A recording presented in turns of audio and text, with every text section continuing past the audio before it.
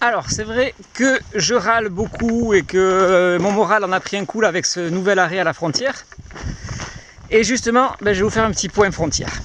Parce que j'ai beau pas être content d'être bloqué ici, normalement je devrais être encore dans la Nouvelle-Galles du Sud à Broken Hill, où je devrais être bloqué encore jusqu'au 20 juillet avant de pouvoir entrer en Australie du Sud. Et pourtant, au lieu de rester plus d'un mois à Broken Hill, je n'y suis resté qu'un seul jour. Alors qu'est-ce que j'ai fait? En fait, j'avais eu l'information par un chauffeur de camion qu'il n'y avait pas de contrôle de police à la frontière et que je pouvais donc y aller. Donc voilà, j'ai passé ma journée à Broken Hill et le lendemain, j'ai foncé jusqu'à la frontière de l'Australie du Sud. Et effectivement, il n'y avait aucun contrôle de police.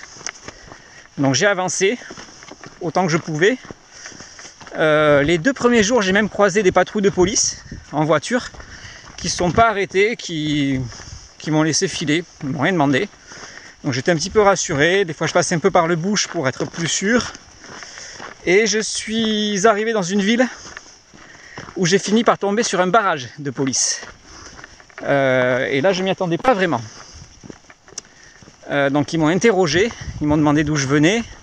Bon, j'avais déjà fait plus de 200 km dans l'état, donc j'ai réussi à les embrouiller un peu et à leur dire qu'en fait non, que j'étais en Australie du Sud depuis plusieurs mois, que je faisais simplement du vélo dans le désert. Ils ont continué à m'interroger, donc je leur ai dit que j'étais auteur, que je voulais écrire une histoire sur l'Outback et que pour m'inspirer, donc je faisais beaucoup de vélo et de marche à pied dans le désert. Au final, ils m'ont cru et ils m'ont laissé passer. Ils m'ont même offert à manger pour la route avant de partir. Donc tout s'est bien passé de ce côté-là. Alors pourquoi je ne fais pas la même chose ici? Parce que déjà les contrôles de police sont dès la frontière, c'est pas un peu plus loin dans les terres. Donc je suis arrêté de suite. Je pourrais très facilement passer par le bush, par exemple par le chemin que je suis en train d'emprunter là aujourd'hui en marchant. Mais le problème, c'est que pour être vraiment après en sécurité, tranquille et plus avoir de problème avec la police, il faudrait que j'arrive à la ville de Northman, qui se trouve à 700 km d'ici.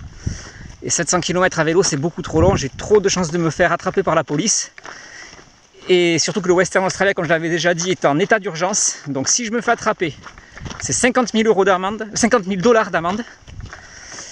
Et possibilité de risque de prison. Donc c'est un risque que je ne veux pas prendre. Voilà pourquoi je mets un horizon rouge entre parenthèses et peut-être en danger, puisque si fin août c'est pas ouvert, je serai contraint d'abandonner.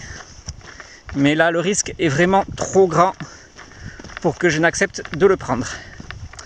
Voilà, c'était le point frontière du jour. Allez, ciao!